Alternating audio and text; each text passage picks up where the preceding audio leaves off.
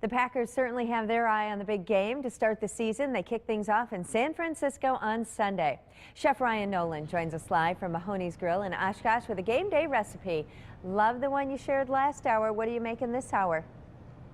Well, I'm glad you liked the last one. I think this one's going to be just as fun and tasty. Now, you know, when I was a kid growing up, anytime we went to the game or had people over for the game, my dad always loved shrimp cocktail. He always had the shrimp. I'll bring the shrimp. I'll bring the shrimp. Even when we went to Miller Park for baseball, he's always bringing the shrimp. Well, that's fancy. So, yeah, you know, so why not step it up a little bit, bring some shrimp cocktail to your tailgate party.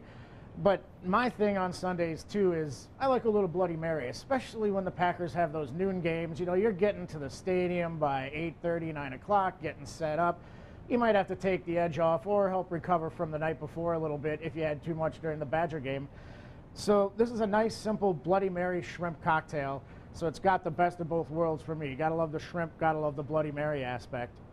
So what we have to do first is make a marinade for our shrimp. And what we're using is a peeled, deveined, and cooked shrimp already. And you can usually find that in the freezer section at your grocery store.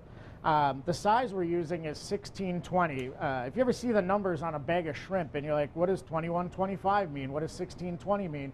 It means that there's 16 to 20 of them per pound. So it gives you an idea of the size. Got it. So these are nice, a little bit bigger. If you wanted to go a little smaller, the 2125s work well too. You're going to get a little more bang for your buck then.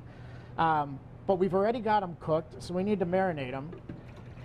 So we've got some tomato juice, we've got some water, we've got some onion and garlic powder. And this is also, you know, basically the building blocks of a Bloody Mary. We've got some pickle juice and some Worcester. We're not going to add any vodka at this point. We're going to add that into our cocktail sauce.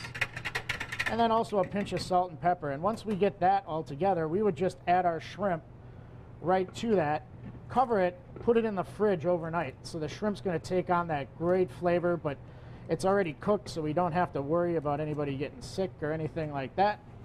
So while that would sit in your refrigerator, we're going to make the cocktail sauce. So we've got 2 cups of ketchup.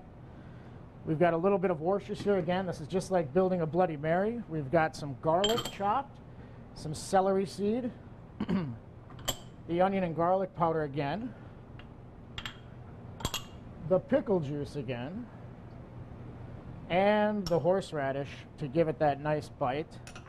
Whisk that together.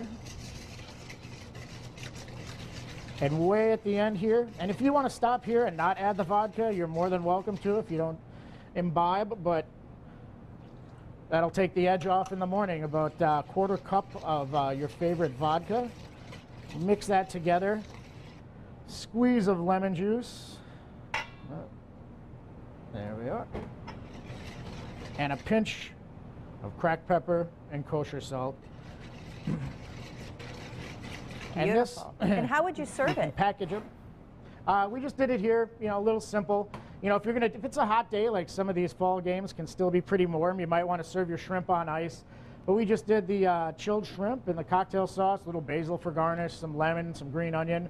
But again, if it's a hot day, you definitely want to pull it out of your cooler with some ice on it. It looks fantastic. Wish I could taste it. Looks good enough to eat. Thanks, Ryan. We'll send it on. Oh, that's so nice of you.